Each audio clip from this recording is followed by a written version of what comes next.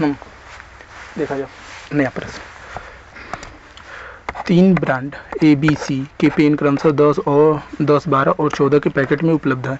यदि एक दुकानदार को तीनों प्रकार के पेन समान संख्या में खरीदने हैं तो उसके द्वारा खरीदे जाने वाले पैकेटों की न्यूनतम संख्या क्या होगी।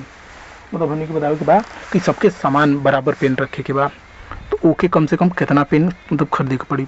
पेन देखा, यदि उसे एक दुकान को यदि एक दुकानदार को तीनों प्रकार के पेन समान संख्या में खरीदने हैं तो उसके द्वारा खरीदे जाने वाले पैकेटों की न्यूनतम संख्या मतलब ABC के कितना पेन कम से कम खरीदे को पड़ी कि हमनी के सब पेन बराबर में आओ।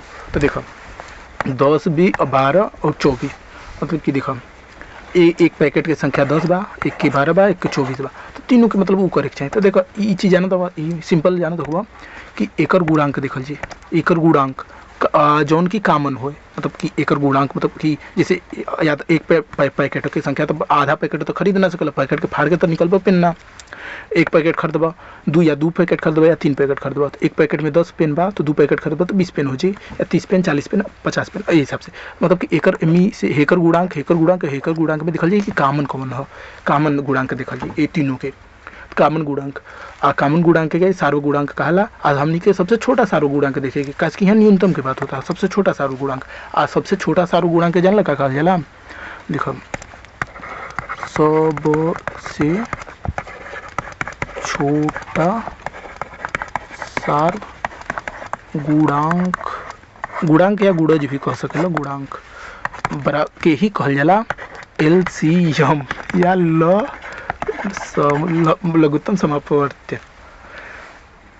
ये चीज़ ध्यान दिया जा मतलब कि हमनी के का करे के बा लस ज्ञात करे के बा। लस के ऐसा जगह पे जरूरत पड़ेला कि 10 पेन, 12 पेन, 24 पेन के पैकेट बा, कुल कम से कम कितना पेन खरीदे के कि बराबर संख्या आ जाओ। तो देखो 10 के, 12 के, 24 के लस ले लो। लस लेवे के हई वाला तरीका सबसे आसान हो, बाकी कामन वाला गुणनखंड विधि से भी कर सकेला। यही से करो 2 के भाग दो 5 आ जाए, हई कितना जाए 6 दूना 12, 5 दूना 10, 12 दूना 24 ठीक। फिर 2 से भाग दो 5, 3 दूना 6 9, 3 और 4 3 12 ठीक ना यार 6 दूना 12 नहीं तो गलती हो जाए। अब फिर 2 से भाग दो 5, 3 3 3 दूना 6 ठीक। फिर 3 से भाग दो 5 1 1 और फिर 5 से देव भाग तो हमने कहा जी 1 1 1 ठीक। अब यही सब के गुणा कर देवे तो मान मिल जाए यानी 100 बराबर हो जाए 2 गुणित 2 गुणित 2 गुणित 5 गुणित 3 या 3 गुणित 5 मान चलो गुणा में क्रम से फर्क ना पड़े यार।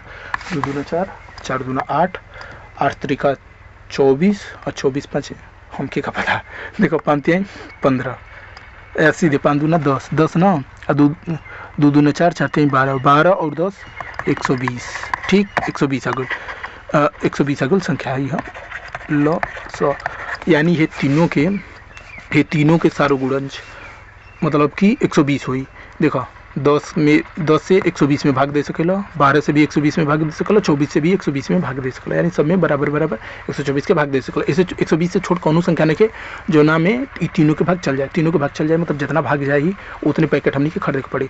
तो सिंपल अब पैकेट कितना खरीदे के पड़ी ए वाला ब्रांड के कुल 10 बा तो 120 हमने के पेन खरीदे के पड़ी 120 20 120 120 120 तीनों कलर के पेन खरीदे के पड़ी तो हमने के बराबर 120 के इतना पेन मिल जाए। तो देखो तो 120 में जब 10 के भाग देबा तो हमने के पैकेट की संख्या मिल जाए। तो 120 में 10 के भाग देबा यानी ए के 12 पैकेट खरीदे के पड़ी ठीक। ए के 12 पैकेट वाला ऑप्शन वही बा यानी ये सही हुई।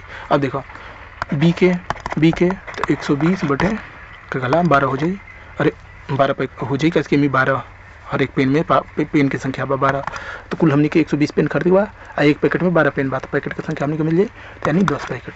तो देखो बी के 10 और सी के मान 5 आवे चाहिए तो सी के मान 5 आ जाए कैसे 120 में जब 24 के भाग देबा सी के पैकेट की संख्या बदे तो 24 5 के 5 का 20 और 5 दूना 10 2 12 तो यानी 5 बार में कट जाए सिंपल। तो ये आ गया यानी हई वाला ऑप्शन सही है। तो सिंपल हमनी के पेन के संख्या बराबर करे के रहे, तो पेन के संख्या बराबर यानी ये तीनों के लौसल लेवे के रहे, और तीनों के लौसल लेने जाए तो 120 आइल, यानी हमनी के कुल 120 पेन खरीदे के तब बराबर बराबर पेन हमनी के मिल जाए। काश कि सबसे छोटा सारू गुणांक गुणज हमनी के चाहिए, सबसे छोटा सारू गुणज या गुणांक जो ना के एलसीएम कहला, लीस्ट कॉमन मल्टीपल। तो एक मल्टीपल देखल जाए कि सबसे छोटा मल्टीपल कौन बा, तो सबसे छोटा मल्टीपल कहा गया 120, यानी 120 पेन हमनी के कम से कम खरीदे के पड़ी, तब जाके तीनों में बराबर बराबर है, यानी हेहू के 130 पेन, हेहू के 120 पेन, हेहू के खरीदे के पड़ी, ABC तीनों ब्रांड के पेन 120 खरीदे के पड़ी, तब हमनी के बराबर पेन हो जाए 120 हर एक पेन। तो उम्मीद से पैकेट की संख्या देखे कोई, तो 120 में से कला कि 10 के भाग दे दो, तो एक ही पैकेट की संख्या मिल जाए जौन की 12 बा, अब बी के में मतलब 12 के भाग दे दो, तो बी के पैकेट की संख्या मिल जाए जौन की 10 बा यहाँ, और सी के मैं 24 के भाग दे दो, तो सी के पैकेट की संख्या यानी 12 पैकेट ए के, 10 पैकेट बी के और सी के 5 पैकेट खरीदवा, तो कुल 120 पेन तीनों कंपनी के हमनी के पेन मिल जाए। और ये तरीका से हमनी के क्वेश्चन हल हो जाए। यहाँ लॉसन निकाले के यहाँ गुणज गुणांक शायद गुणज ही लिखल जाला अधिकतर टाइम, लेकिन गुणांक भी कह सकेला। गुणांक वैसे जौना से गुणा कल जाला उके कहला गुणज यहाँ रहे के चाहिए। हाँ सही कहला गुणज, इसी ध्यान दिया जा, गुणज रहे के चाहिए। ठीक, सबसे छोटा सारू गुणज मल्टीपल, गुणज के मल्टीपल कहला। ठीक, तो वीडियो बंद करता नहीं।